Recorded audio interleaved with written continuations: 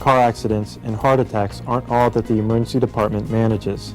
In fact, a very large part of the emergency department's daily routine involves tending to the fevers and colds, aches and pains, and bumps and bruises of everyday life.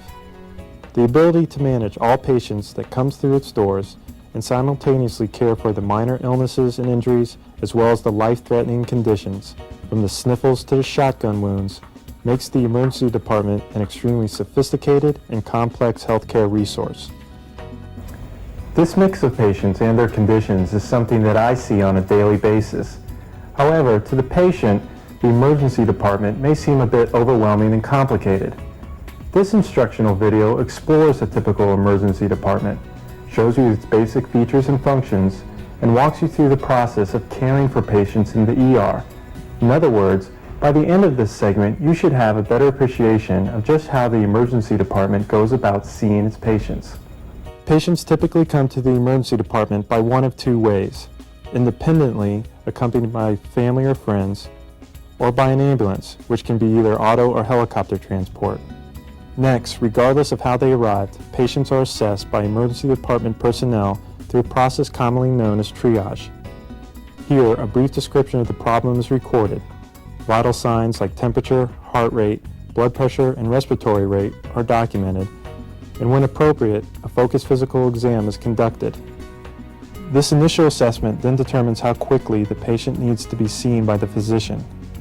Most emergency departments have a system that places patients in the categories based on how soon their problem requires a doctor's care.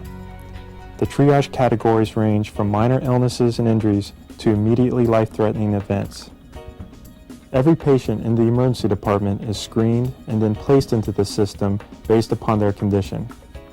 Some important characteristics regarding the emergency department may already be apparent. By necessity, it cannot be a first-come, first-served resource.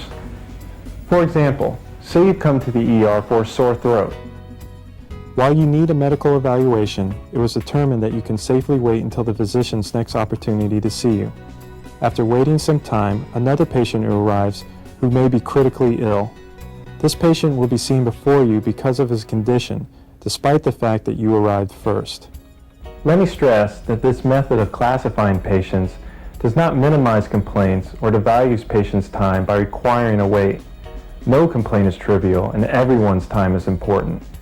The emergency department system simply allows the sicker or more severely injured patients to be seen earlier. Along these lines is another important emergency department characteristic. The activity in the waiting room does not represent the overall activity in the emergency department. Oftentimes, while you're in the waiting room, other patients continue to arrive through the ambulance entrance, and they may require immediate attention. In other words, a steady flow of patients into the emergency department can occur without ever being noticed while you're in the waiting room. Let's move on now beyond the waiting room to the evaluation and treatment area. Once in the evaluation area, a thorough workup begins to determine the nature of your problem. Here, a history is taken, a physical exam is performed, and when indicated, diagnostic tests are ordered. Again, the type of problem determines how much time and resources are dedicated to individual cases. For example, a sprained ankle may take only several minutes to diagnose and treat. However, a severe car accident may require large amounts of time, resources, and personnel. Finally, after collecting all the relevant information about your condition, the doctor develops a plan to resolve the problem. This typically involves treating the immediate problem or arranging further evaluation and treatment either in the hospital or in a clinic. That's it. That's the system. Patients arrive, are assessed, categorized based on their condition, and then evaluated and treated according to their priority, with the ultimate goal being the provision of high-quality health care in an efficient and organized manner to all patients.